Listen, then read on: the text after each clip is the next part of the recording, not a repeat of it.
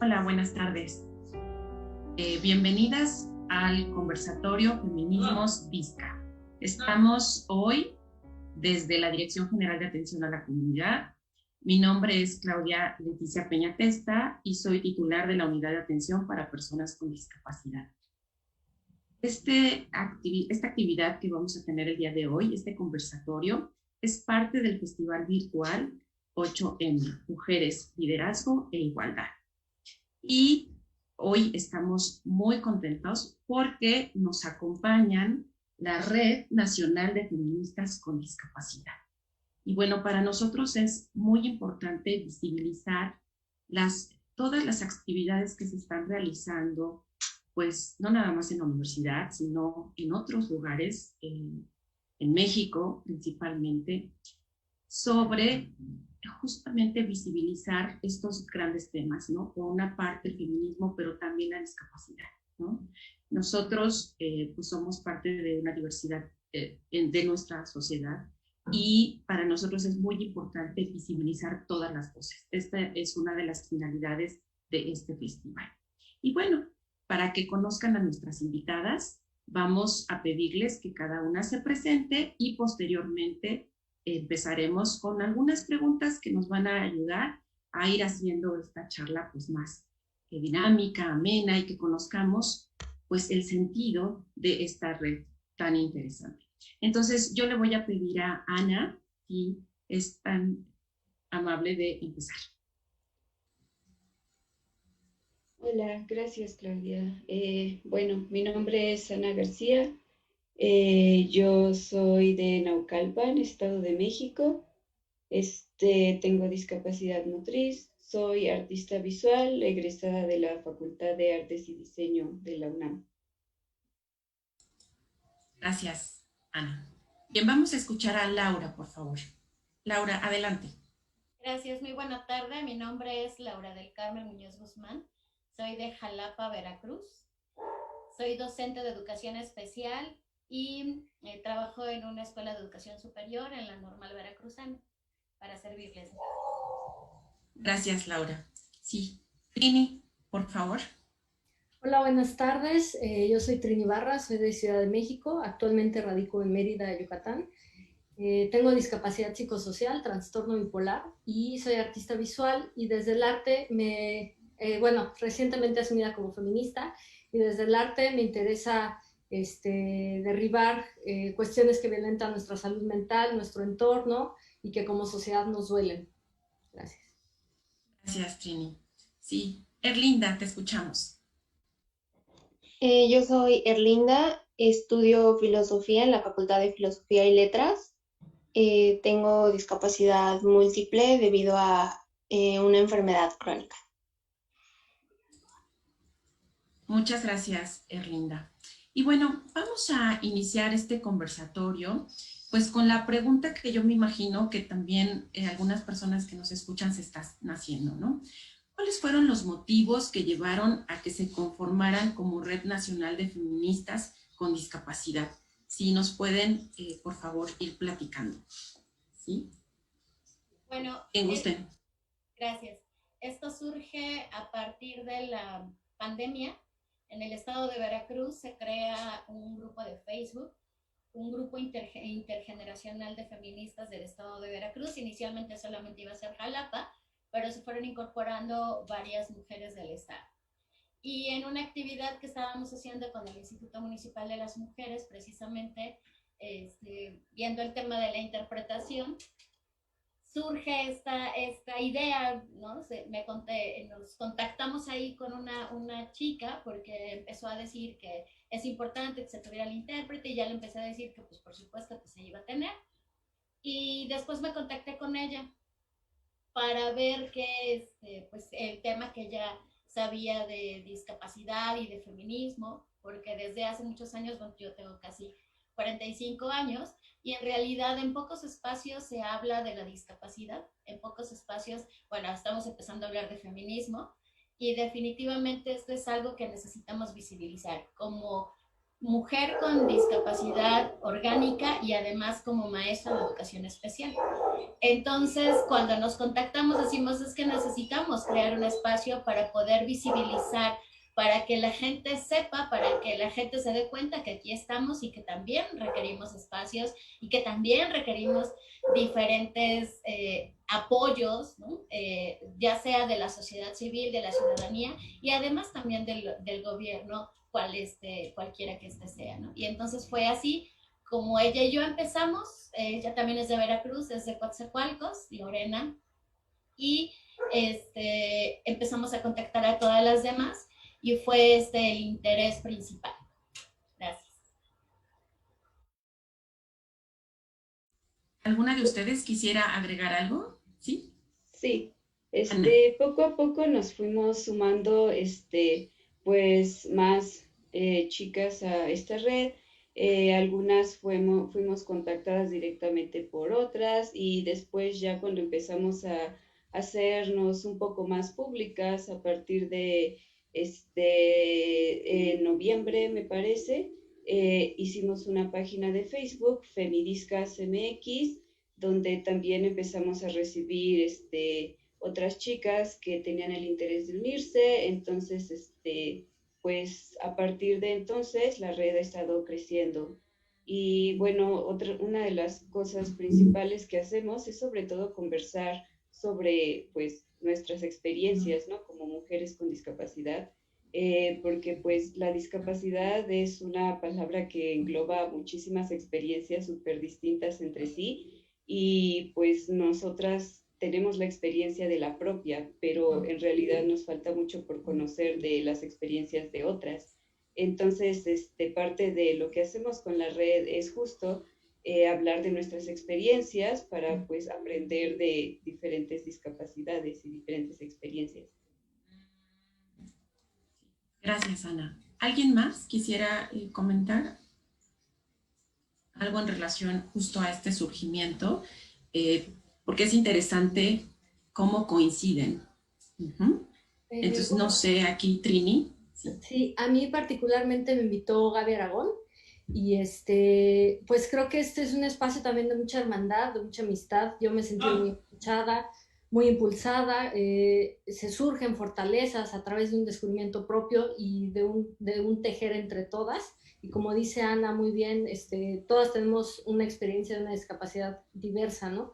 Entonces el escucharnos creo que nos da mucha potencia y esto se puede replicar también a la comunidad, ¿no?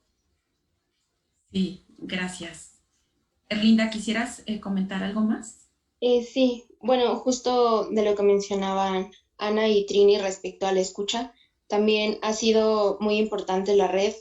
Por ejemplo, para mí ha sido importante porque escuchar sobre las experiencias de violencia que hemos vivido otras compañeras con otro tipo de discapacidades, te da como mucha luz para poder repensar las situaciones que tú misma has vivido y darte cuenta que pues hay ciertas violencias que en el momento pueden no parecer violencias, pero también pueden llegar a ser violaciones de tus derechos humanos. Entonces, creo que ese también es un papel muy importante que ha tenido la red entre las mujeres que estamos en ella.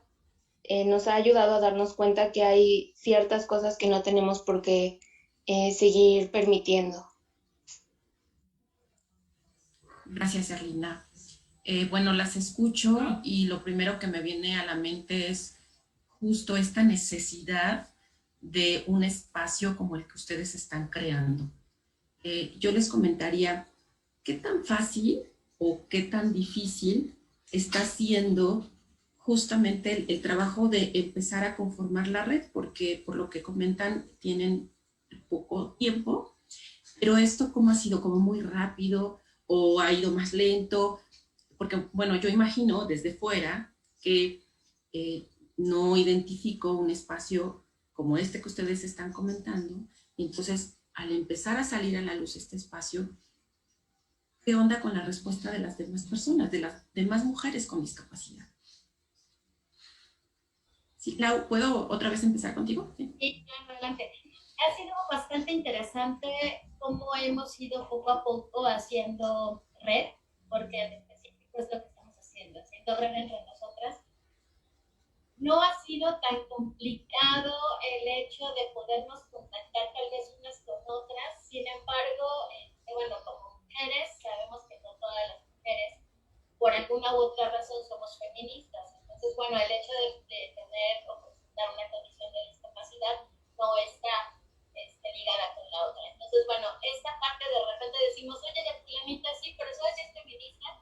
Y algo que tenemos muy claro es, no importa qué tipo de feminismo, simplemente estamos hablando del feminismo como tal, no estamos hablando de los diferentes tipos de feminismo, no estamos hablando de algún tipo de discapacidad, no estamos siendo ni trans excluyentes, ni absolutamente, simplemente como parte de la diversidad que somos y que somos todas las personas con o sin discapacidad. Y aquí agrego también trastornos del espectro del autismo, aunque no se considera discapacidad, pero está dentro de un grupo de atención que se presenta alguna vulnerabilidad. Entonces, ha sido por algunos momentos fáciles contactar a algunas, y además es interesante que también dependiendo del estado, el estado del que viene cada una ha sido interesante cómo se dio este movimiento. Entonces, bueno, por ejemplo, el estado de Veracruz iniciamos 3. Entonces, sí, de ahí también de la Ciudad de México, al parecer, Ana, son 4, ¿verdad?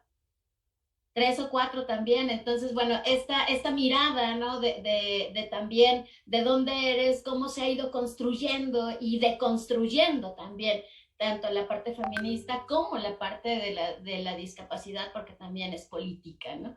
Entonces, esto ha ido creciendo. En algunos momentos se ha acelerado, en algunos otros hemos ido consolidando, porque además empezamos en junio, y esta consolidación que hemos tenido nos ha rendido muchos frutos. Entonces ya en este momento estamos de ir captando a más mujeres y apoyándonos en. Sí quería complementar también la pregunta anterior. Algo que también tenemos como muy claro es el podernos apoyar entre mujeres y a las personas que cuidan a estas mujeres, porque también hablamos de cuidadoras en algunos casos de discapacidad, porque aunque está en el Código Penal Federal y cada entidad federativa lo debe de tener, la esterilización forzada, por ejemplo, es algo que se da muy común y que no se atiende. Entonces, lo que no se ve no se atiende, y lo que estamos buscando es, como bien lo mencionaba Early, el poder garantizar los derechos establecidos en el artículo 1 de la Constitución con sus 4 principios. Gracias, Lau. ¿Alguien más quisiera compartir algo respecto a esto? Si ha sido una experiencia fácil o difícil, ¿cuál es la respuesta que han tenido cuando invitan a alguien? Yo, bueno, desde mi perspectiva, lo que he visto desde que comenzamos el trabajo de la red, compartiendo información respecto a la discapacidad, también he notado, y lo hemos platicado también en la red, que hay algunas mujeres que no, pues el concepto de discapacidad que se tiene, muchas veces las mujeres no se permiten reconocerse a sí mismas o como enfermas o como discas. Entonces, esto también limita mucho el tipo de ayuda o apoyos que ellas pueden solicitar, por ejemplo, en las instituciones de educación. Entonces, también a mí me parece muy importante. Muchas mujeres también han comenzado a pues cuestionarse estos conceptos que, como lo decía Lau, también se trata de política, y pues así nos vamos acercando un poco más a la concientización de la discapacidad desde una perspectiva feminista. Bien. Sí, ¿alguien más quisiera complementar? No. Yo podría agregar que también algo que aporta esta diversidad de experiencias y a este, digamos, mapeo de las experiencias de mujeres en diversos espacios es que todas tenemos formaciones distintas, ¿no? Y pues justo lo que decía Lau, de que somos de distintos estados de la República y también tenemos formaciones distintas, ¿no? Trayectorias distintas. Entonces creo que eso también como red funciona muy bien justo para pues ir como creando y pues mapeo de las condiciones a las que nos enfrentamos, ¿no? Como mujeres con discapacidad. Sí, gracias, Ana. Desde sus experiencias, ¿no? Experiencias personales a estos espacios que están compartiendo en esta red, ¿Cuáles son los desafíos que ustedes identifican a los que se enfrenta una mujer feminista con discapacidad dentro de sus entornos más cercanos? La familia, los amigos, las amigas, la pareja, el ámbito educativo, qué sé yo. ¿Qué podrían ahí comentarnos?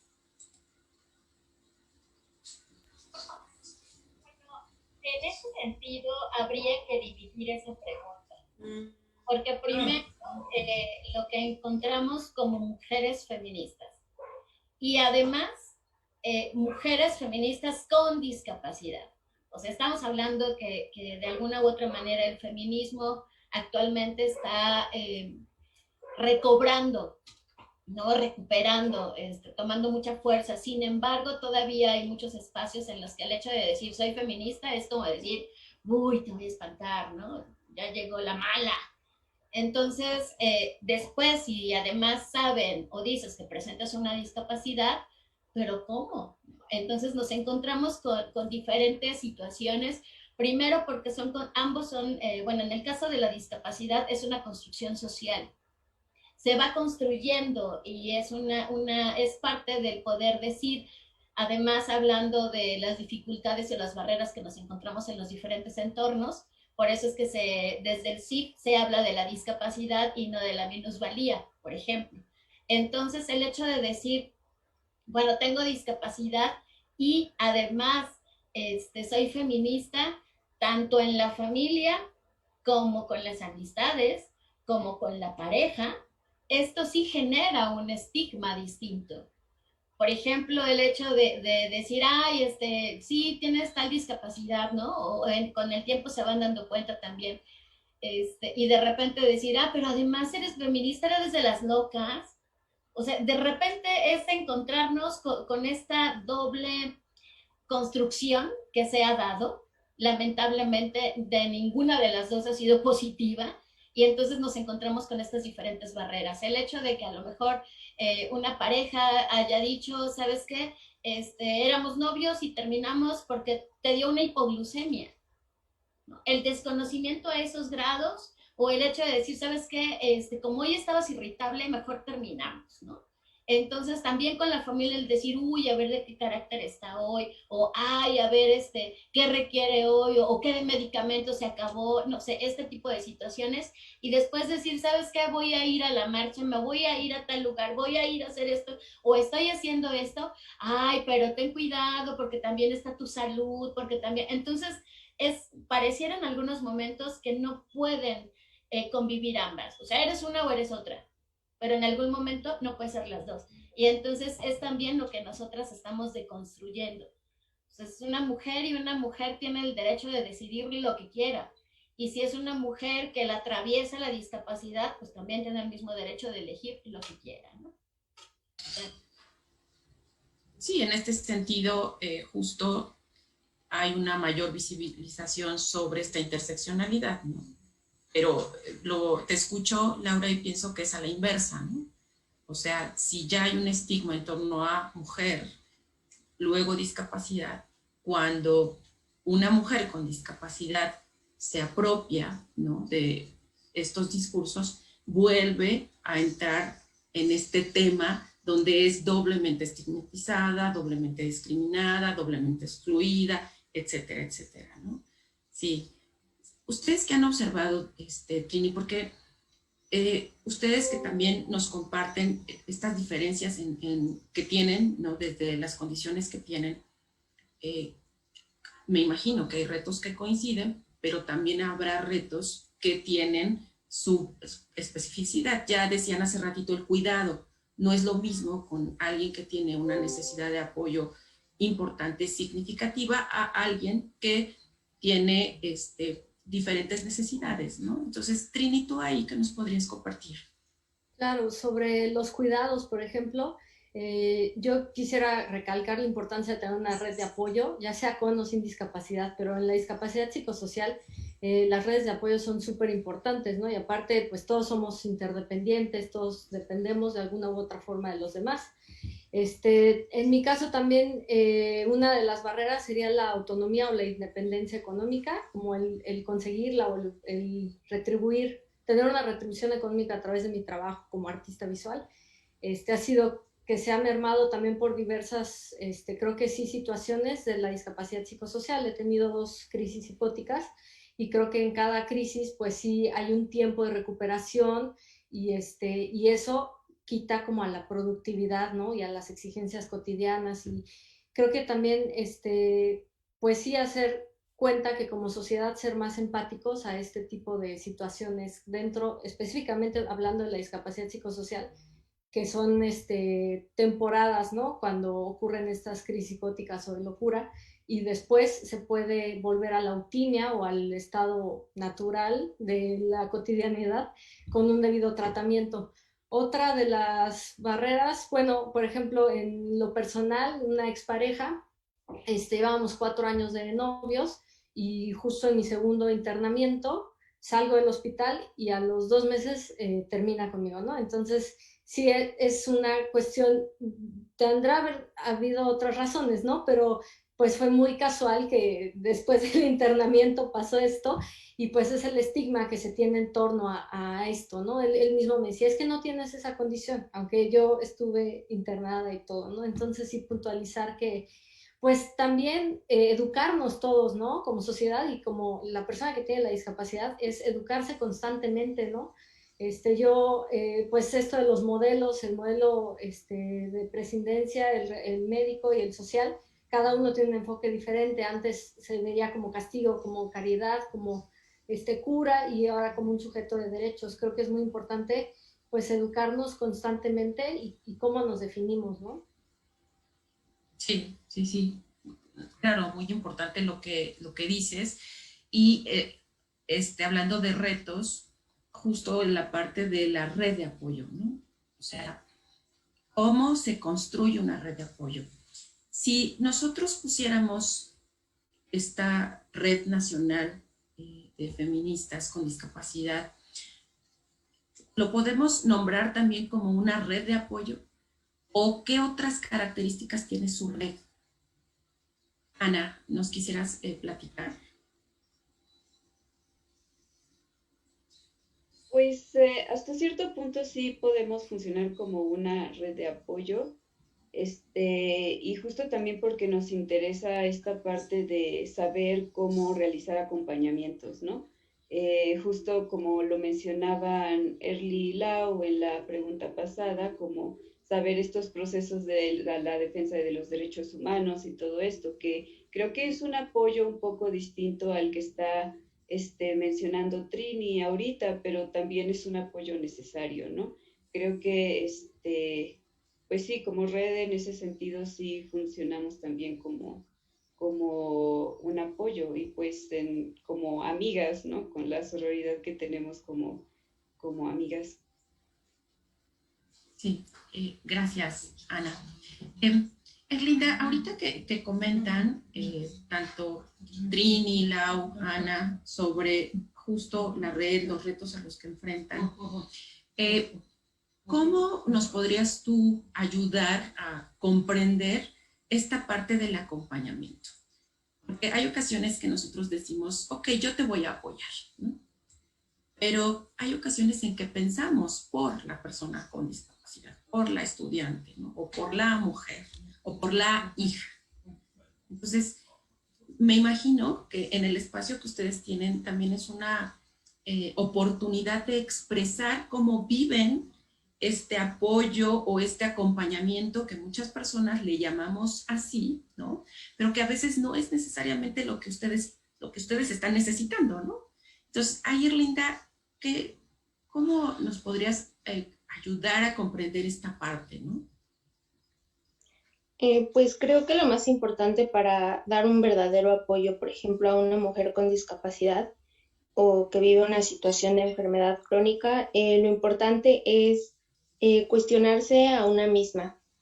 Primero, desde qué enfoque está entendiendo la discapacidad, desde dónde también está entendiendo el apoyo, porque en su mayoría el apoyo se entiende como pues desde un enfoque paternalista, o se intenta maternar a las mujeres con discapacidad, en general a las personas con discapacidad. Y, por ejemplo, a las mujeres con discapacidad muchas veces se nos sobreprotege o a veces se cree que somos incapaces de hacer las cosas.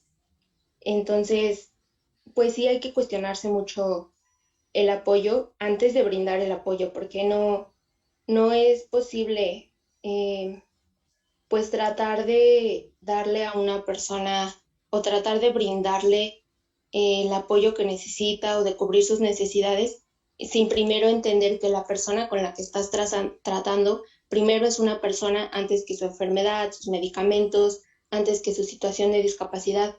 Es muy importante también que las instituciones de educación comiencen a preguntarse desde dónde están intentando darle pues todos estos que en principio son derechos que se deben de cumplir, el derecho a la educación de las personas, desde dónde están tratando de hacer cumplir estos derechos. Porque si desde un principio están planteándolo como apoyo, entonces están haciendo a un lado la importancia de reconocer que lo que están haciendo es garantizar derechos y no brindando un apoyo o no dando algún tipo de ayuda. Ok, sí, gracias Erlinda. Muy interesante lo que comentas porque tienes razón cuando nos dices que en ocasiones pareciera que la condición anula al sujeto o a la persona, a la mujer, ¿no? A la hija. Y entonces tú siempre incluso te diriges a ella pensando en la discapacidad primero y no en que es una mujer, en que es una adolescente, ¿no? En que es una docente, por ejemplo, en el caso de Lau, que nos platica que ella ejerce como docente. Entonces, creo que aquí viene, es como un híbrido que tenemos culturalmente, ¿no? Por un lado, esta cuestión del estigma que acompaña a la discapacidad y por otro lado, el no reconocer que es un tema de derechos también, ¿no? Y entonces esto nos hace ver como que es un apoyo el que la persona asista a la escuela cuando realmente no es un apoyo, es un derecho, por ejemplo, ¿no? De acuerdo con lo que nos decía Linda. Y bueno, aquí justamente llegamos a un tema muy importante que es el tema de la educación, ¿no? Eh, y bueno, ustedes que han cursado en la universidad, Erlinda de hecho está cursando hoy, no recuerdo el semestre en el que estás, Erlinda, pero justamente estás en la Facultad de Filosofía. Y bueno, han tenido oportunidad de identificar cuáles son los retos que tenemos en la educación superior, ¿no? Y además entiendo que también dentro de la red vienen de diferentes universidades, no todas son de la UNAM, ¿no?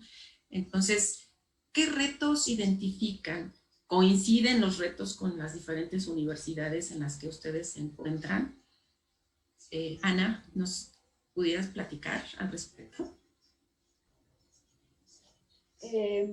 Pues yo sí soy egresada de la UNAM, entré a la FAD en el 2010 y en ese entonces yo no me identificaba como persona con discapacidad, o sea, evidentemente tenía una discapacidad, pero no tenía esa postura política como de enunciarme como persona con discapacidad, ¿no? Entonces creo que mi experiencia en ese sentido fue un poco distinta a lo que sería ahorita, ¿no? Como que no ubicaba bien las necesidades que tenía, no tenía este enfoque de ser crítica con respecto a la accesibilidad y a las necesidades de las personas con discapacidad en general, ¿no?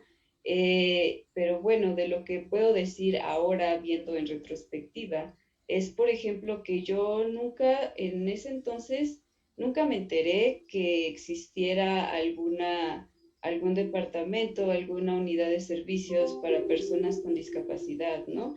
Entonces, y bueno, ahorita también, justo antes de este conversatorio, lo preguntaba, por ejemplo, con mi hermano, que también es egresado de la UNAM, de la Facultad de Ciencias, él mucho más recientemente, y pues él tampoco sabía de la existencia de estos servicios, ¿no?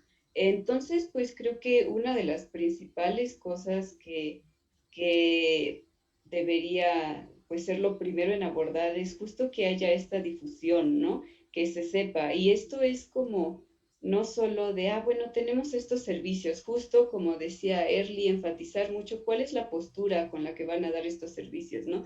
Porque si se ponen así como un apoyo paternalista que les estamos dando, en vez de como justo, estamos aquí para hacer valer sus derechos, porque ustedes o sea, porque tenemos la obligación de proveer para lo necesario para que ustedes como estudiantes puedan hacer lo mejor con su educación.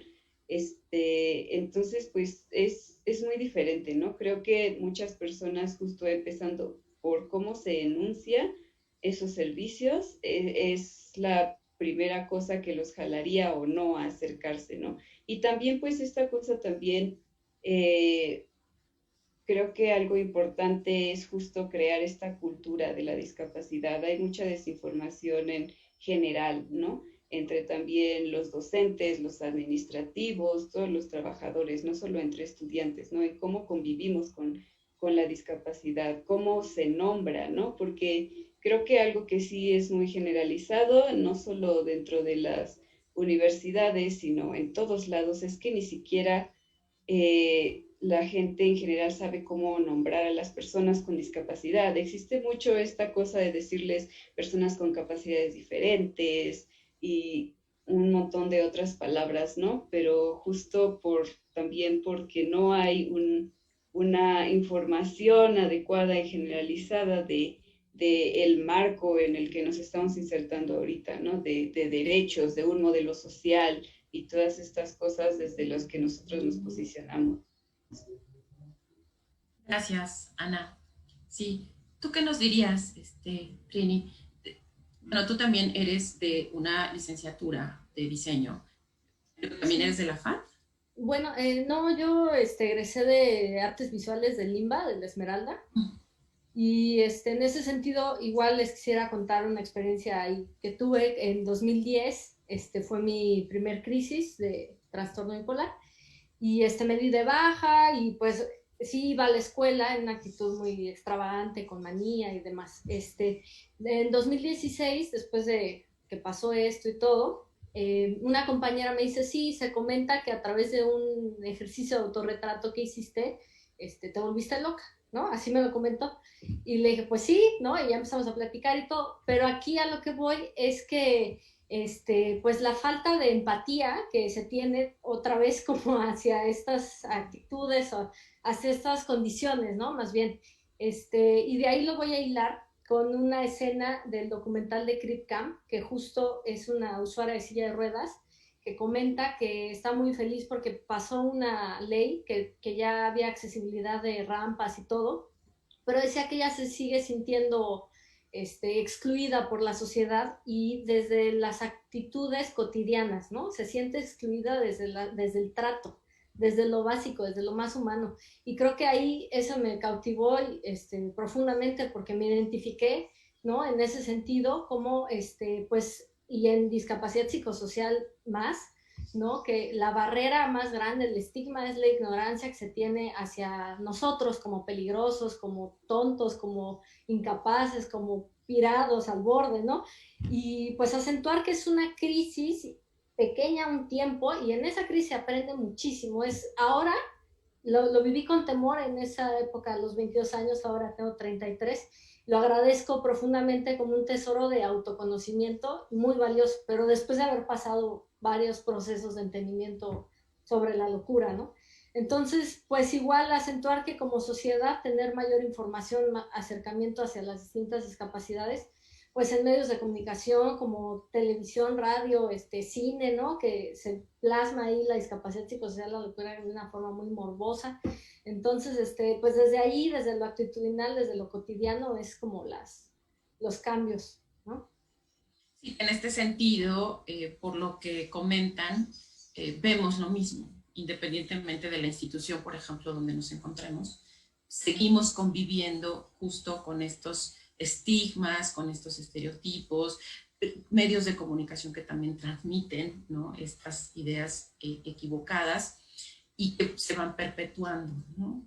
En tu caso, Erlinda, dentro de la red y con tu propia experiencia, ¿qué otros retos identificas en educación superior?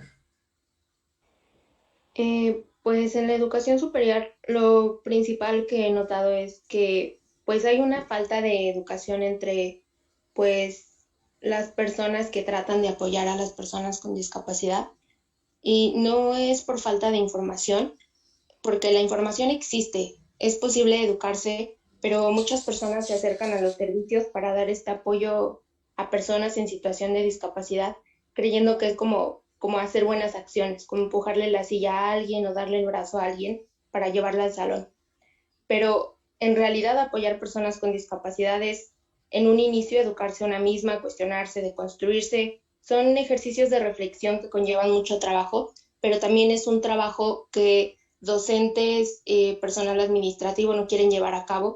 Entonces, muchas veces se caen en muchos errores que terminan dañando, pues, tanto físicamente como mentalmente, sentimentalmente a las personas con discapacidad, debido a que las personas creen que es tan fácil como decirle, no, pues sí, no vengas hoy a la clase, pero se trata de prestar una verdadera comprensión, de dar un verdadero acompañamiento. Entonces, es un trabajo mucho más grande que siempre termina quedándose corto. Por ejemplo, también en la situación de las mujeres, hay muchos estudios médicos que hablan de la diferencia de la vivencia de la enfermedad y la discapacidad en hombres tanto en mujeres, pero pues las mujeres en su mayoría viven enfermedades crónicas e invisibles y pues debido a ello es menos visible el tipo de violencia que las mujeres muchas veces vivimos, pues las instituciones de educación demuestran sí estar preparadas para atender ciertas situaciones de discapacidad que se presentan como invariables, predecibles y estables, pero pues en el caso de discapacidades, por ejemplo, invisibles, que presentan mucha variabilidad, que necesitan más ajustes razonables, es cuando de verdad no se presenta una verdadera capacidad en cuanto a asistencia y apoyo. Sí. Bueno, Erlinda, te escucho bueno, es muy interesante lo que comentas. Eh, Me haces reflexionar en torno a que podríamos pensar que estamos hablando, por ejemplo, desde la parte docente o desde la parte de los servicios, de la atención a la diversidad, ¿no? Es decir, no es que yo tenga que hacer una planeación para una persona en específico, sino pensar que yo como docente yo convivo con personas que también aprenden de diferentes formas. Y entonces, si mis estilos de enseñanza cambian y se diversifican, pues tendré la oportunidad también de tener una mejor retro y comunicación con estudiantes que tienen otras formas de aprender, porque a veces como que nos encajonamos con un solo estilo, ¿no? Las que somos las y los docentes, y entonces abrirnos hacia otras formas de aprendizaje nos cuesta. Y me parece que el tener el tema en el aula por una estudiante con discapacidad, pues también cuestiona estas formas de enseñanza, ¿no? Entonces, esto que me queda muy claro, Erlinda, cuando tú dices que es muy diferente, ¿no? El que empujo la silla, ¿no? A que si yo me imagino, diseño mi clase para todas y todos. Y ahí no hablaría de particularidades, sino hablaría justamente de la diversidad que hay en el aula, ¿no? Laura, justo siguiendo con este tema educativo, los retos en educación, tú además eres docente. Entonces me parece que tú puedes tener como estos dos testimonios, ¿no? Como una mujer con discapacidad que forma parte de una red, pero también como alguien que ejerce la docencia y que también tiene comunicación con sus colegas, ¿no? Con sus compañeras y compañeros docentes. ¿Qué ves en estos retos? Bueno, primero contextualizo, soy maestra de educación especial del área auditiva y del lenguaje. Es mi formación inicial, estuve en servicios de USAER, de CAM, como maestra de comunicación, maestra de apoyo, directora de servicio. Actualmente, bueno, he estado desde hace ya 16, 17 años como maestra de educación superior en la normal veracruzana y actualmente también como jefa del Centro de Estudios de Género. Entonces es como he podido ir concatenando y voy a dar también esta mirada porque atendemos los temas de discriminación. Con los ejes rectores que tenemos es igualdad entre mujeres y hombres, prevención de la violencia, no discriminación, educación integral de la sexualidad y derechos humanos. Entonces, y bueno, no es que ya haya hecho una cartita en el Inter, ¿verdad? Pero como retos, primero tenemos es cuántas escuelas hemos hecho un censo para saber cuáles son, hablando de diversidad, pero como bien lo mencionó, no es solamente discapacidad, es hablar de diversidad. Esta diversidad, por ejemplo, en el doctorado que cursé, es el grupo que estábamos éramos de diferentes partes de Latinoamérica y entonces concluimos además con los docentes que eran de España, los doctores, doctoras, concluíamos que no existe un concepto de la diversidad. A nivel internacional, Latinoamérica, España, no existe un concepto como tal, entonces puede ser muy interpretativo. Entonces, cuando hablamos de la diversidad, pues también nos incluye a cualquier persona. Y ante esto es primero realizar un censo de cuáles son las características, las necesidades que existen actuales de la población. Y por supuesto respondemos a la Agenda 2030 de Desarrollo Sostenible de la ONU, en donde está hablando tanto de género como de inclusión. O sea, esto ya es una tarea y México recibe dinero por esto. Entonces, se convierte en una política educativa. Tendremos que, ya no es pregunta, es tenemos que, y además lo garantiza el artículo primero constitucional. Después, algo que suele suceder mucho es que no nos acercamos a la persona. De repente nos dicen, es una persona con discapacidad motriz, y entonces ya nos imaginamos la silla de ruedas o la muleta o el que no puede o el que tiene los espasmos. Entonces, un riesgo, tal cual lo ha mencionado mucho o lo menciona Chimamanda, es el hecho de decir el riesgo de la historia única. Nos dicen, vas a tener un alumno o alumna con discapacidad y ¿qué es lo primero que se nos viene a la mente? Con eso es lo que tenemos que trabajar. Esta creencia, este mito, este tabú que hemos construido y que, bueno, está en el inconsciente. Funcionamos con el 95% del inconsciente y 5% del consciente. Entonces, ¿qué traemos en nuestro inconsciente? Y esto implica acercarnos a la persona. No es que hagamos una evaluación psicopedagógica, es que al menos nos acercamos a la persona y le preguntemos, ¿qué necesitas? ¿Cuáles son los requerimientos? Porque además en las escuelas de educación, en las instituciones de educación superior, cada asignatura, cada curso lo da un docente distinto. Entonces, por lo tanto, la enseñanza va a ser distinta. Y lo que se puede requerir sea por el tipo de enseñanza, además de la discapacidad. ¿Por qué con algunos no tengo mayor dificultad y por qué con otros sí? Entonces, esto nos habla que no es la persona, son los apoyos y las barreras que están alrededor de la persona lo que van a limitar y lo que vamos a tener como un reto. No quiero omitir que como ciudadanía tenemos una escuela muy grande y es la cultura teletonera que nos construyó por años. Y entonces cuando se habla de personas o cuando escuchamos discapacidad, ay, pobrecito, ¿qué necesitan? ¿Qué le voy a ayudar? Y nos vamos a la lástima.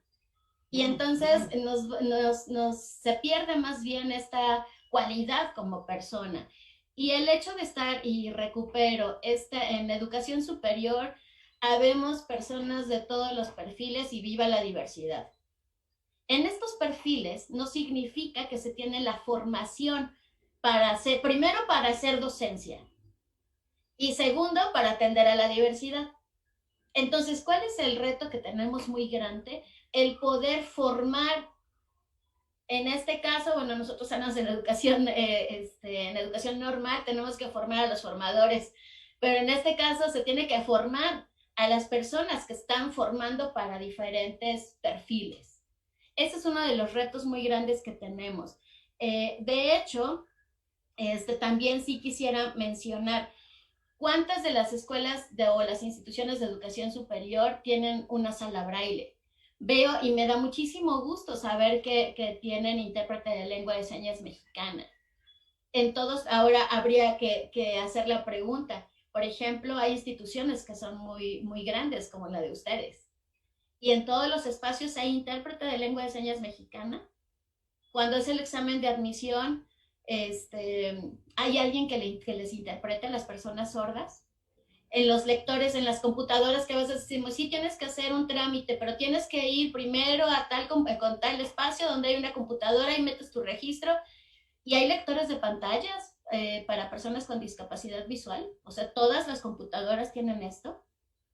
Entonces, cuando nos empezamos a dar cuenta de que todas las barreras no es la persona, sino lo que está a su alrededor, y que somos quienes estamos mermando la educación en ese sentido. Veía también, tenemos ya a nivel nacional, tenemos políticas y también a nivel internacional. México ha firmado 210 tratados internacionales y los cuales ha ratificado, entonces tenemos políticas. Pero estas políticas no garantizan, porque a veces están las leyes generales que nos llegan en los estados, no, ni siquiera se han recuperado, siguen hablando desde lo general. Y entonces, si no se ha recuperado en cada estado, tampoco estamos hablando de que tenga un reglamento para su aplicación. Por lo tanto, es una ley nada más que puede servir como referente, pero no nos está garantizando nada. Entonces, esa es una parte que nos preocupa mucho. Existe la parte política. Esta política va a generar prácticas. Entonces, esta práctica es lo que va a generar cultura. Y la cultura que tenemos en este momento no es una que favorezca la inclusión. Hablan de inclusión, tal como lo ha comentado Cheita, Wood y Icecone, es esto: políticas, prácticas y cultura. Y entonces, más bien, la pregunta sería, ¿cuál es el reto que cada institución tiene? ¿Por qué? ¿Qué tanto conocimiento tiene acerca de la inclusión, acerca de la discapacidad, acerca de los requerimientos? Porque hablar de la historia única, y lo he vivido como maestra también, puedo tener 2 personas sordas como alumnas y cada una tiene requerimientos diferentes. Hablamos de las personas con trastornos del espectro del autismo. Decía Ángel Rivière, que es el que ha estudiado mucho acerca de, pues es el trabajo de las personas con trastornos del espectro del autismo. Es como cuando vas a un restaurante y vas a pedir lo que hay a la carte. Es decir, si yo voy a un restaurante de mariscos, lo que vas a encontrar es puro marisco, entonces no puedo pedir carne, ¿no? Roja o otro tipo de carne blanca. Es lo mismo, siempre hace o hacía esta parte metafórica. Debemos entender que una persona con discapacidad, por ejemplo, intelectual, ni con todas las características ni con la misma intensidad. Las personas con TEA ni con las mismas características ni con la misma intensidad. ¿Por qué algunos sí pueden tener el contacto visual? ¿Por qué algunos sí y otros no aceptan el contacto físico? ¿Por qué algunos invaden el espacio personal de la otra edad y otros no? Porque ni todas las características ni con la misma intensidad. Entonces, el gran reto que tenemos primero es formar al profesorado, formar al personal administrativo de servicios generales. En la normal, por ejemplo, tenemos ahorita una alumna con discapacidad visual, un chico con TEA y una chica sorda. Y entonces, el hecho de que el personal administrativo dijera, yo me siento inútil cuando viene y quiere preguntar sobre sus boletas o pregunta algo. Hay muchas personas que quieren aprender, pero hay pocas personas que quieren enseñar. Entonces, ese es un gran reto que tenemos. Gracias. Gracias, Laura. Bueno, la verdad es que yo creo que quienes estamos escuchando estamos aprendiendo muchas cosas y también reflexionando, ¿no? En estos temas. Escuchándote, Laura, pensaba, y bueno, me encantó esto que dices de la historia única, porque lo relaciono con que en ocasiones el argumento es, ¿para qué si son poquitos? ¿Para qué si hay uno? ¿No? Entonces, por supuesto que esta es una barrera actitudinal que enfrenta en general la discapacidad, porque entonces es, ¿cómo voy a invertir? ¿Cómo voy a hacer si no es para la mayoría? Pero justamente si nosotros vemos los censos, ¿cuántas personas con discapacidad, cuántas mujeres con discapacidad llegan a la educación superior? Y no es porque no quieran, sino por todas las barreras que hay en todos los niveles educativos, ¿no? Entonces, de veras que no debería ser así. el que pareciera que es como la libra de oro, encontrar a mujeres con discapacidad que están en licenciatura o están en posgrados. No tendría por qué ser esta realidad que es también con la que nos enfrentamos pues en muchos ámbitos, en muchas instituciones, ¿no? Y bueno, yo creo que hay mucho que hacer en el tema. Sí, Laura, ¿quieres comentar algo más? Sí, perdón, omití una parte que lo he vivido como docente y en su momento como a lo mejor como estudiante. Yo vivo con neuropatías, entonces hay días que tengo un dolor muy intenso y hay días que puedo andar hasta con tacones. O sea, viva la diversidad, ¿no? Depende de muchos factores. Entonces, cuando un alumno o alumna necesita algún tipo de apoyo, decimos, uy, pues mira, vamos a ver, vamos a pensarlo, porque tenemos que hablar primero con el jefe de carrera y entonces empezamos, ¿no? Con todos los trámites y la burocracia necesaria para poderle atender, a lo mejor que no suba al primer piso o al tercero o al cuarto piso, ¿no? Pero cuando se es docente y les digo, oigan, ¿saben qué? Hoy tengo muchísimo dolor, por favor, ¿podrían bajar a mi grupo, al aula fulana de tal, que ya vi que está desocupada?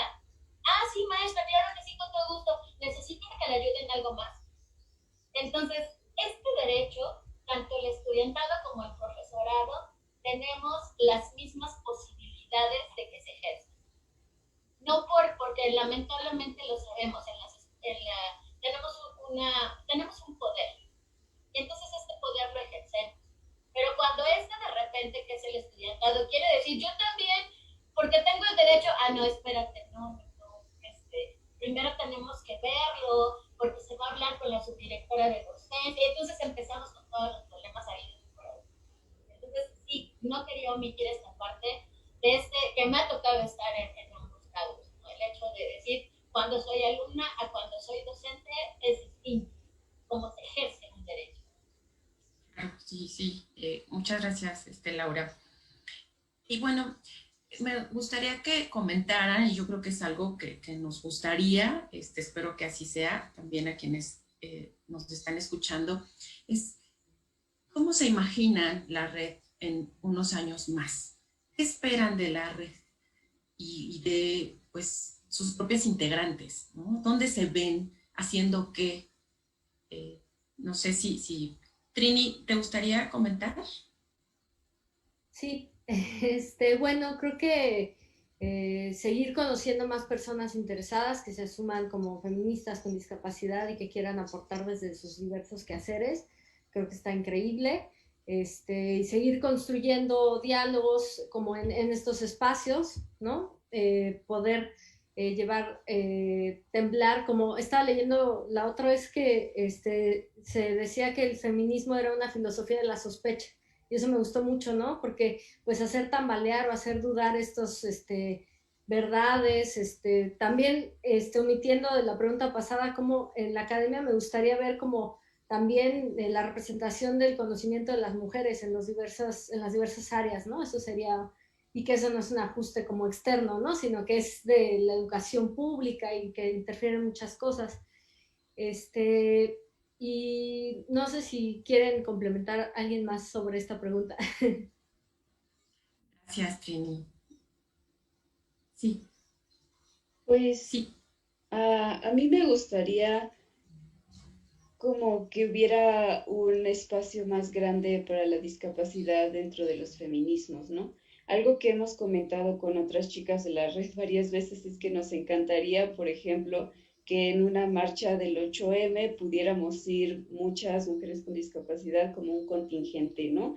Porque creo que esto siempre es difícil, ¿no? Siempre en las multitudes y un poco el desorden, el esfuerzo físico, el estar bajo el sol, todas estas cosas pues tienen muchas barreras para nosotras, pero y a veces hace parecer que pues la lucha feminista es solo de las mujeres que pueden salir a tomar las calles, ¿no? Pero pues eso no es así. Nosotras somos muy activas, por ejemplo, en espacios de redes sociales, por ejemplo, con el ciberactivismo, todas estas cosas que pues también es un gran trabajo, es muchísimo trabajo detrás y también creo que es un gran medio, ¿no? Para difundir, para visibilizar y pues para hacer acciones, ¿no? Porque simplemente nos conocimos gracias a esta virtualidad, ¿no? Entonces creo que ese es el primer ejemplo de que es un espacio válido, real e importante que tomar, ¿no? Y pues sí, creo que justo esto de, por ejemplo, tener un contingente en una marcha del 8M sería muy bueno también para llegar a más gente, ¿no? Para visibilizar que pues aquí estamos, porque la representación también es algo súper importante. Como que siento que también nuestro objetivo es justo cambiar esta representación, esta historia única, ¿no? Que se vea, que muchas más mujeres y niñas con discapacidad vean que no tienen que ser la niña que tiene que estar cuidadita en su casa y nada más, ¿no? Que ellas tienen, no sé, derecho a hacer todo lo que sean y que pues hay opciones, hay medios, estamos aquí para pues abrir nuestro camino y tomar lo que nos pertenece. Gracias, Ana. Sí. Erlinda, ¿quisieras agregar algo?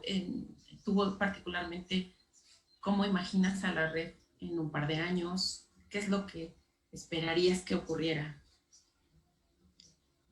Pues lo que esperaría que ocurriera va un poquito conectado a lo que mencionaba Ana, como poder influenciar a niñas y adolescentes con discapacidad para que puedan pues tener el conocimiento y reconozcan que sus derechos deben de ser cumplidos, que no están pidiendo favores y pues que sus deseos, sus objetivos, todas sus preferencias son respetables y que la discapacidad no tendría por qué quitarles esos objetivos y esas metas que tienen. Gracias, Erlinda. Sí, Laura, ¿tú quisieras agregar algo? Sí, Sí, perdón,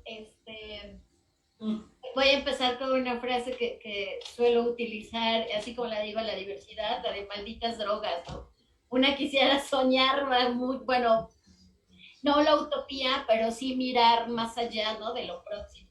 En efecto, lo que decía Ana, ¿no? El poder, yo escucho a muchas de mis compañeras que dicen, yo nunca he ido a una marcha y quiero ir, por ejemplo. Yo creo que es lo más próximo. Pero en realidad pensaría, y esto me da mucha pena decirlo, pero lo tengo que decir, por ejemplo, aquí en el Observatorio de las Violencias en las Mujeres, le preguntaba a una de las compañeras, oye, ¿cuántas de los registros que tienen presentan discapacidad y qué tipos de discapacidades? Somos tan invisibilizadas que ni siquiera eso se tiene.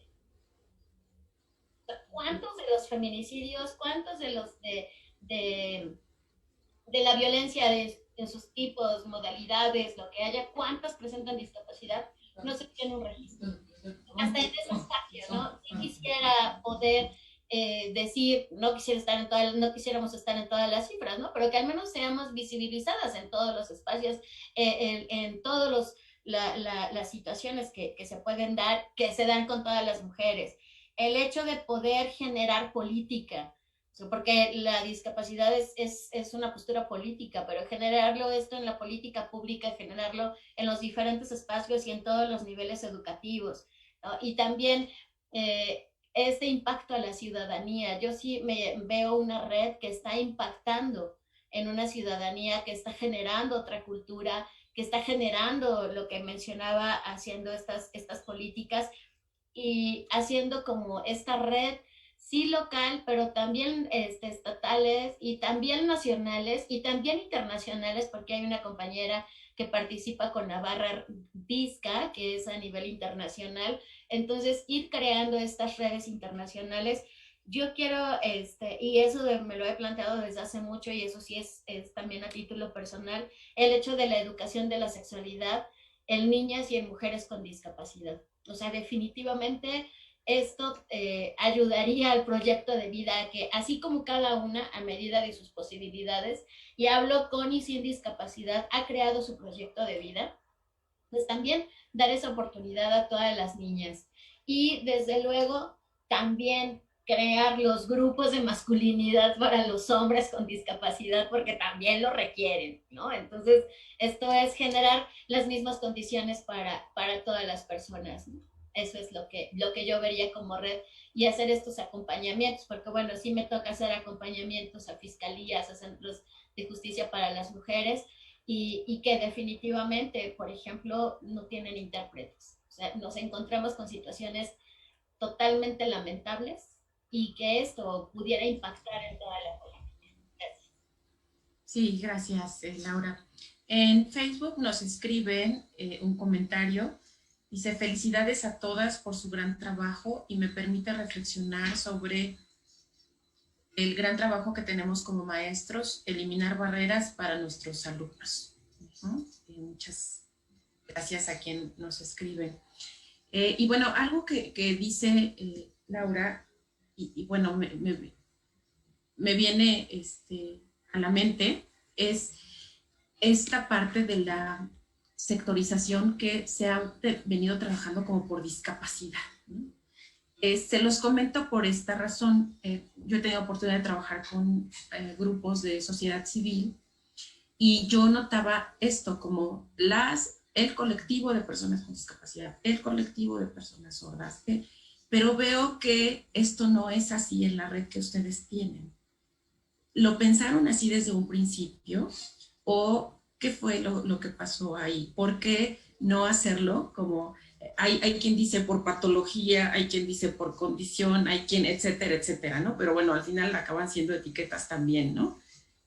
Sí, veo que tú asentiste, Laura, Trini, no sé quién quiera comentarlo. Sí. Sí, algo muy interesante que sucedió y que lo tenemos muy claro es que el feminismo salva vidas. Entonces lo que nos unió fue el feminismo, no la discapacidad. No dijimos en realidad, a ver, acá así como se hace estos grupos y que fue en los años de los 70 que se trabajaba así en las escuelas sobre todo, ¿no? Entonces, no, en realidad el feminismo nos une, también tienes discapacidad, sí, no importa, vente, pues no importa la discapacidad. Y algo que decimos y que lamentamos rotundamente es que todavía no haya mujeres sordas, porque definitivamente, y que es mi área de formación, se sesga mucho la información a las personas sordas. O sea, definitivamente, incluso cuando a veces un intérprete baja el registro, ¿no? Y que no dice todo lo que se está hablando, sino lo más importante, entonces se les va sesgando la información. Y entonces muchas mujeres sordas dicen, por ejemplo, hay unas que dicen que hasta feminismo es así, ¿no? O que feminismo es esto, o que feminismo es la pañoleta verde. ¿Por qué? Porque no se han generado, cuando hablamos de comunidades sordas, realmente no hemos podido llegar ni a las comunidades ni a las personas sordas y tienen muy poca información al respecto. Entonces, lo que nosotros estamos buscando es que sean mujeres feministas con cualquier discapacidad, porque tenemos que aprender también unas de otras y con esto ir hacia afuera, ¿no? Sí, muchas gracias, Laura. Sí, Ana, ¿quieres comentar algo? Pues no exactamente, creo que estoy de acuerdo con lo que dijo Lau y justo pues nuestro interés, bueno, también es aprender sobre otras discapacidades, ¿no? Y pues aprender de las experiencias de otras. Entonces, en realidad creo que quien todavía tenga esa tendencia de estar como dividiendo por discapacidad no sabe nada de discapacidad. Sí, de hecho, hace poco se aprobó la ley en torno al autismo, ¿no? Y justamente una de las críticas era esa, que se había aprobado una ley que iba contra lo que dice la propia convención, ¿no? Bueno, al final hay que garantizar el derecho a todas las personas con discapacidad, ¿no? No hay que segmentar esto para garantizar derechos, ¿no? Uh-huh. Sí. Y bueno, para que fuéramos como cerrando un poco, hace rato anotaba algo de lo que ustedes comentaban en torno a la familia, ¿no? Desde las experiencias que ustedes han tenido como red, experiencias también personales, ¿qué tan difícil es que las familias transitemos hacia la mirada que ustedes tienen, ¿no? Y lo digo con toda honestidad, ¿no? Yo soy madre de una adolescente ya porque mi hija tiene 20 años, ajá, ella tiene autismo, y bueno, escucharlas, la verdad es que me encanta, ¿no? Escucharlas, pero me parece que en las familias de repente el tema como que nos cuesta algo de trabajo, ¿no? Entonces, ustedes, ¿cómo lo viven? ¿Qué experiencias tienen y qué trabajan en el colectivo pues para poder ayudarnos a las familias que podamos mirarlas como mujeres y no como hijas con discapacidad que todo el tiempo, algunas por supuesto más que otras, ¿no? Requerirán algunos apoyos, pero a veces es infantilizar a la mujer y pensar que tenemos a la niña todo el tiempo, o algunas cuestiones que ustedes mismas comentaban, ¿no? Entonces, ¿qué pasa con ustedes en esta experiencia, no? Sí. ¿Les parece que empezara Erlinda? Para, si no tienes inconveniente, Erlinda, ahora empezamos contigo. Sí, bueno, pues en el tema de la familia es un asunto un poco complicado porque en cuanto a mujeres con discapacidad muchas veces no se reconoce, pues si la sociedad en sí no reconoce muchas veces que seamos mujeres debido a la discapacidad, entonces dentro de la familia también hay un asunto de paternalismo un poco grave que nos limita todas nuestras experiencias de vida y pues nos impide, por ejemplo, concluir estudios o llevar a cabo, pues, ciertos objetivos que tenemos, porque, pues, claro, como hablaba Trini de, pues, esta dependencia económica que tenemos, nos vuelve difícil el poder llevar a cabo, pues, ciertas cosas sin el apoyo de personas y desafortunadamente muchas situaciones de violencia pues comienzan como violencia económica hacia mujeres con discapacidad, debido a pues, la dependencia económica. Entonces es una situación que creo que las familias deberían de comenzar a cuestionarse, justo lo que decía de, pues no es un trabajo individual, es un trabajo en equipo. El trabajo no solamente lo tiene que hacer la persona con discapacidad o la mujer con discapacidad, también tienen que pues ponerse a trabajar tanto hermanos, padres, madres, pues todas las personas que conviven con una persona con discapacidad para pues entender que las mujeres con discapacidad no somos solo la discapacidad o la enfermedad. Y en esa parte quisiera también concluir mi participación con complementando algo que había mencionado Lau sobre los feminicidios. Pues yo veo también, espero que el trabajo que hace la red ayude a visibilizar las situaciones de violencia que las mujeres con discapacidad viven y que el asesinato de mujeres con discapacidad por parte de cuidadores también sea tipificado como feminicidio, porque también es un asunto muy grave del cual no se tienen cifras. Sí, por supuesto. Sí, sí, es muy fuerte escucharlo, pero es una realidad también, ¿no? Sí. Quisiera alguien comentar esto para... Tengo dos preguntas, pero no sé si quisieran hablar algo más sobre esta temática de la familia en el tema, o si puedo pasar a la siguiente pregunta. Ustedes me dicen. Dime. Sí. Bueno, en mi caso, mi padre es médico, mi mamá terapeuta, entonces, tenía mi información, sin embargo, fue todo tan exagerado en la manía que se sesgaron un poco, pero he tenido apoyo, la verdad, muy amoroso de ellos, siempre. Sin embargo, me acuerdo que tengo una pieza que se llama Luz de las 6, donde es catarsis de mi manía, ¿no? Y al principio era así como, híjole, sí, ¿segura? ¿Lo vas a hacer? Y ya que expuse, que presenté, y otra de umbral, que es discapacidad y soledad, o contárselo a ella, que es sobre una cuestión de abuso sexual, súper entusiasmados, me apoyan totalmente. Entonces creo que pues sí ha sido un apoyo súper bonito, eso puedo hablarlo. Y sí, lo que decía Linda, pues lo de la cuestión económica es una cuestión de tarea de todos los días. Eso podría decir sobre eso. Gracias, Trini. Sí, Laura. Sí, quiero hablar de las expectativas. Cuando, cuando una niña, un niño nace con una condición de discapacidad, bueno, el duelo que se pasa, ¿no? Cuando es adquirida o cuando se detecta en edad temprana, entonces también deben de pasar por duelo, ¿no? De repente estas expectativas a veces pueden ser o muy bajas o muy altas. Algo que en las escuelas de educación especial hacemos es primero trabajar con las familias, porque esto va a determinar los apoyos que le puedan dar a su hija, a su hijo. Y el hecho, en efecto, que puedan identificarla como o identificarlo como un ser sexuado, eso es importantísimo, ¿no? Porque he conocido, por ejemplo, me tocó conocer una chica de 24 años que su mamá la seguía mandando con la mochila de Dora la Exploradora. Y el día que con el grupo de formación para el trabajo nos fuimos a un café y mira, iban gritando, ¿no? Y mira, iban unas personas, ¿ya observaste cómo van? Y así se aprende, como siempre se había dicho en educación, ¿no? A leer se aprende leyendo, pues a socializar socializando y a regular conductas en el contacto con. Entonces, esto es algo que tendríamos primero que trabajar con las familias. Al tema de las expectativas, a mí sí me tocó como experiencia personal.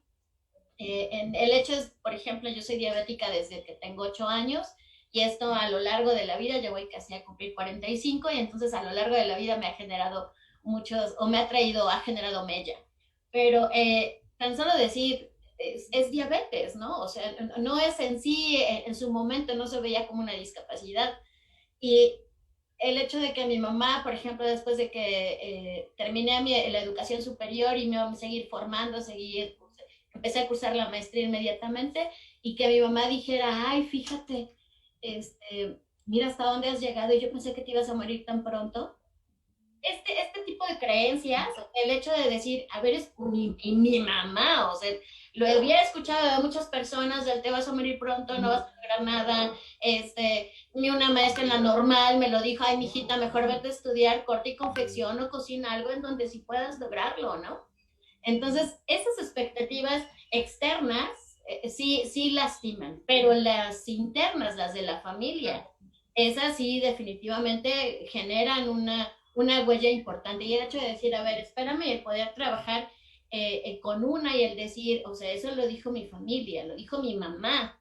Entonces, ¿cómo lo empiezo a trabajar y el ir soltando también las expectativas que tenían acerca de y trabajar solamente con lo propio? Y entonces algo y por eso me lo he puesto mucho como tarea, que las familias entiendan que la función en la vida será dar los apoyos y los recursos necesarios para que puedan y quieran trazar su proyecto de vida, ¿no? De repente cuando trabajo con las familias en las escuelas de educación especial y dicen, es que yo veo a mi hija, ¿no? O a mi hijo que tenga a su esposo o a su esposa, la casa, el perro, el patio, dije, a ver, espérame, tenemos diferentes construcciones de familia actualmente. Y del hecho de decir también, hay quienes, porque hay chicas que han dicho, yo no quiero casarme, yo quiero vivir sola y quiero trabajar, pues entonces hay que luchar por lo que tú quieres. Y eso es trabajarlo con las familias. ¿Qué trabajo cuesta? Trabajar con las familias y el que los puedan soltar. Me tocó escuchar a una mamá que decía, por ejemplo, yo no quiero hablar del tema de sexualidad porque si se lo empiezo a hablar, ¿qué tal si se le antoja? ¿No? Cuando sabemos que también es un desarrollo y que tenemos que abordarlo. O una mamá, y me disculpo por la expresión, pero fue la expresión de la mamá, es que ahora qué hago, o sea, mi hijo aparte de ser sordo es puto. Entonces, estas construcciones que se dan, esto es lo que se tiene que trabajar con la familia, ¿no? Y esto es lo que también en algún momento es una de nuestras actividades, el poderlo hacer, el poder garantizar que los vayan soltando y que vayan soltando también sus expectativas, muy altas o muy bajas, ¿eh? Es lo mismo.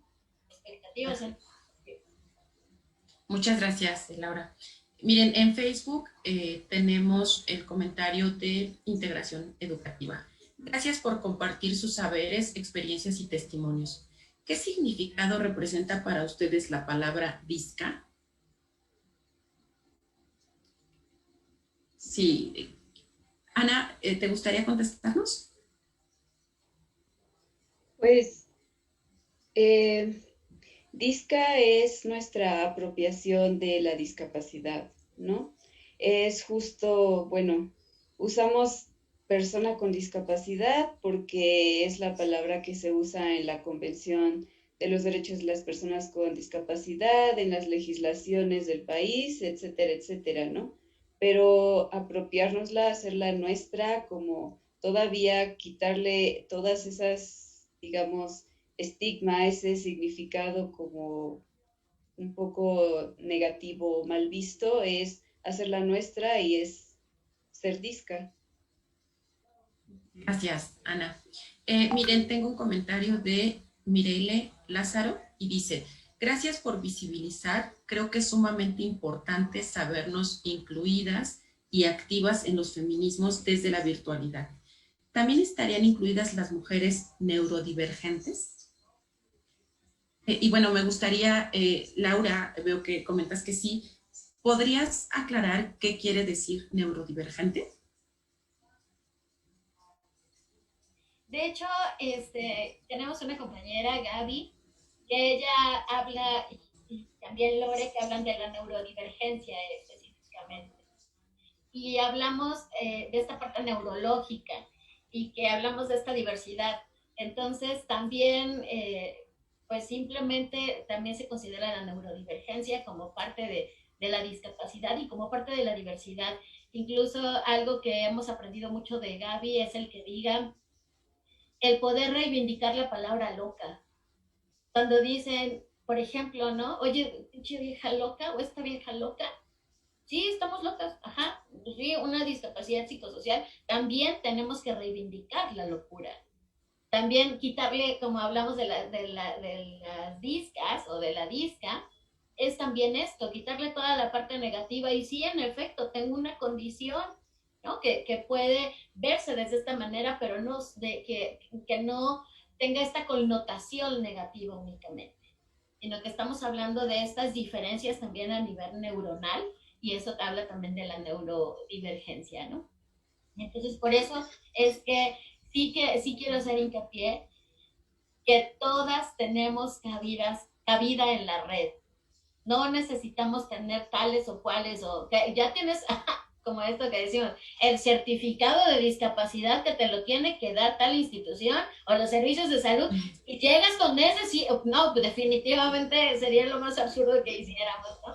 Entonces, todas las mujeres feministas en alguna condición de discapacidad tiene cabida, ¿no? Por ejemplo, algo que nos ha gustado mucho, actualmente hay dos compañeras en la red que además provienen de grupos indígenas, entonces esto también nos ha enriquecido muchísimo, ¿no? El poder hablar ya de estas interseccionalidades con mayores posibilidades. Uh-huh. Sí, sí, gracias. Laura, en este sentido, hablar de neurodivergencia sería lo mismo de neurodiversidad, porque, por ejemplo, hay quienes colocan el autismo como esta parte de la neurodiversidad, entonces estaríamos hablando de lo mismo. Ah, sí, perfecto. Muchas gracias.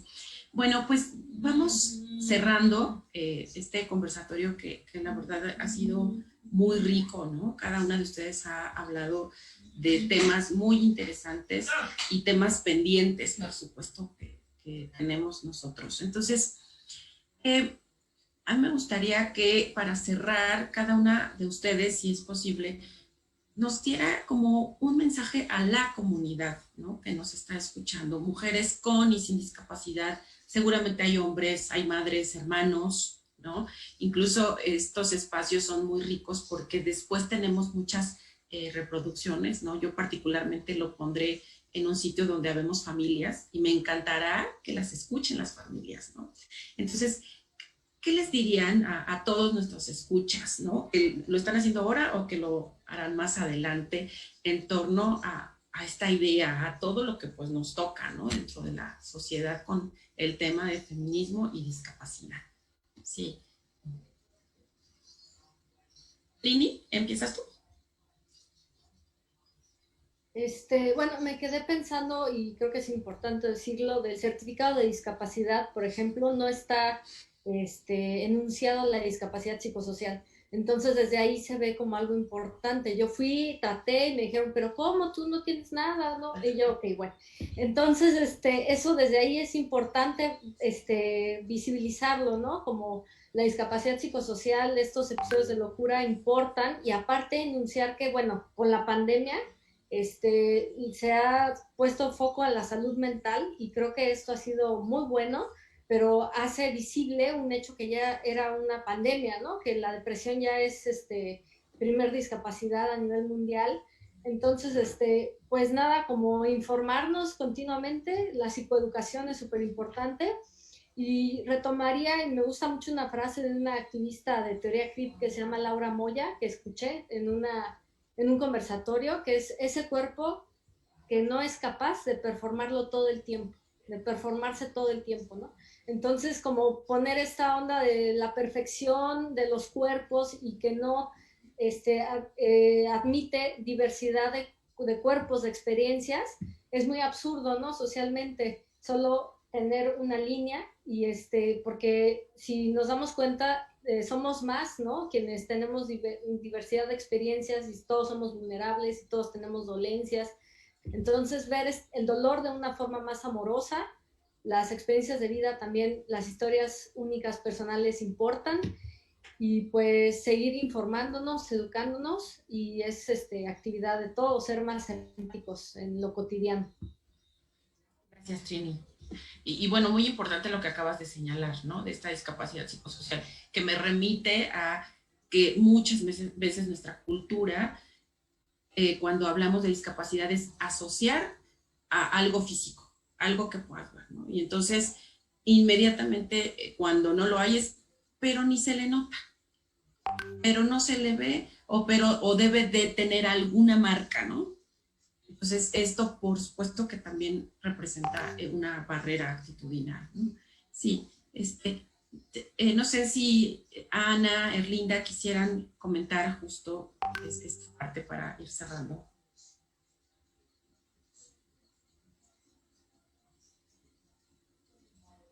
Pues creo que lo que dijo Trini es muy pertinente, justo que pues nosotras estamos haciendo esta chamba y nos encanta hacerla, pero no solo es trabajo nuestro, ¿no?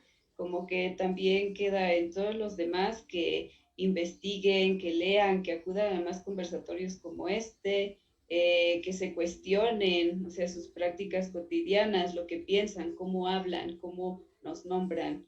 Es un trabajo de todos y pues hay que hacerlo. Gracias, Ana. Sí.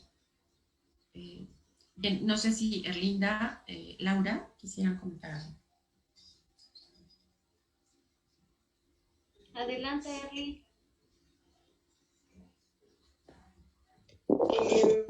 Pues yo creo que queda como la parte importante esto de lo que nos preguntaban de qué es lo que como engloba el término disca del cual tratamos de apropiarnos, pues es justo, muchas de nosotras salimos de esta normatividad que hay dentro de, pues por ejemplo, de la corporalidad o dentro de la salud, de las exigencias que se hacen a la salud y la forma del rendimiento por todo este sistema capitalista y patriarcal y todo eso, o sea, no solamente nos referimos a las discapacidades que son como pues las más conocidas o las que se presentan de una manera más visible, sino a pues por ejemplo esto de la diversidad que hay en la salud. No todas las personas tenemos la misma salud, muchas personas tenemos enfermedades crónicas, muchas se presentan con una intensidad distinta, con síntomas distintos y pues sí se trata de aceptar que no hay forma de que dentro de toda la humanidad haya una norma, porque lo que nos caracteriza como seres humanos es justo la diferencia y la diversidad. Sí, Erlinda, muchas gracias. Sí. Bien, quisiera centrarme primero cuando hablan, ¿no? Ya estamos hablando de diversidad y nos venden esto. Y las tengo precisamente por eso. Que se espera incluso una discapacidad con un estereotipo. Porque también eso es lo que se espera, una construcción social, y aquí es donde vemos esta transversalidad también. hablan de, o se habla de discapacidad y de mujeres de discapacidad, sí, pero ¿de qué tipo de mujeres? ¿Cómo tienen que ser estas mujeres y cómo tenemos que irnos construyendo en esta sociedad que vivimos? Entonces, sí quisiera primero que reflexionemos cuando hablamos de una mujer con discapacidad, ¿qué es lo que esperamos? ¿Qué es lo que imaginamos? Y poder soltar, ¿no? Estas, y vuelvo a insistir en las expectativas. Quisiera hablar para ir cerrando o para cerrar esta parte, y es una pregunta más bien, ¿quién dice que es normal? ¿Quién les ha dicho que todas las demás personas son normales?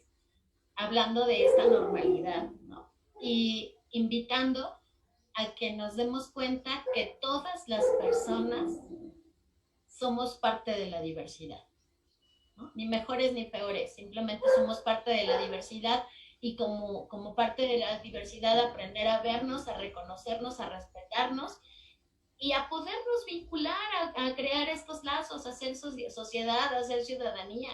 Entonces, no podemos andar por la vida como evaluando a la gente, ¿no? Ella sí, ella no, y con ella sí salgo, ¿no? Tú sí ve a terapia, ¿no? Tú atiéndete, ¿no? A ti sí, contigo salgo, ¿no? Entonces, es más bien preguntarnos y podernos darnos, o poder darnos cuenta, ¿quién nos ha dicho que somos normales? ¿O quién les ha dicho a todos, ¿no? Que somos normales o que son normales? Y pues muchísimas gracias, como decía Ana, el poder leer, el poder participar, el poder dejar, por ejemplo, cuando alguien dice capacidades especiales, estamos hablando desde un discurso político. Cuando nos ponemos a leer nos damos cuenta que no son capacidades especiales, ¿no? O capacidades diferentes. Pues esas las tenemos todas las personas. Muchísimas gracias por la invitación y ha sido un placer. Muchas gracias, Laura. Para cerrar, ¿nos pueden decir sus redes, algún correo y si tendrán algún evento próximamente para que quien se interese pues pueda seguirlas? ¿Quién nos comenta? Pues tenemos la página de Facebook, es Femidiscas MX. Y también estamos en Instagram como @femidiscas. Y pues creo que el Facebook es donde normalmente publicamos dónde vamos a participar o actividades nuevas que vayamos a hacer. Y pues si hay alguna feminista disca interesada en unirse a la red, pues puede igual mandarnos mensajito ahí en la página del Facebook y empezaremos a platicar con ustedes. Gracias. Sí, gracias, Ana. Perdón, la siguiente actividad es el 23 de marzo, en un conversatorio precisamente por parte del Centro de Estudios de Género de la Escuela Normal Veracruzana, y se llama Mujeres y Derechos, Situación Actual y Retos por Alcanzar.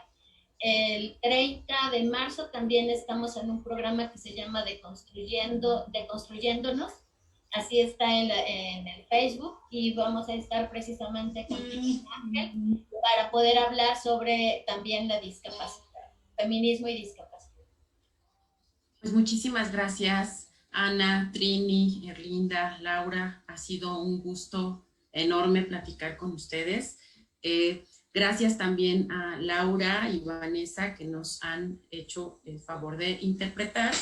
Y ahora les invito que nos quedemos porque Yunuen Díaz, quien es una activista feminista de Morelos, nos va a signar algunas consignas feministas, ¿sí? Ella, como ya lo comenté, lo hará en lengua de señas mexicana.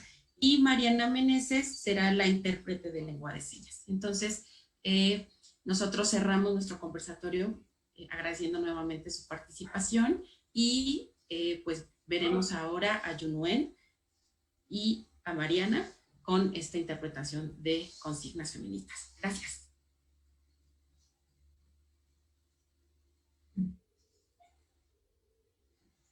Adiós, muchas gracias.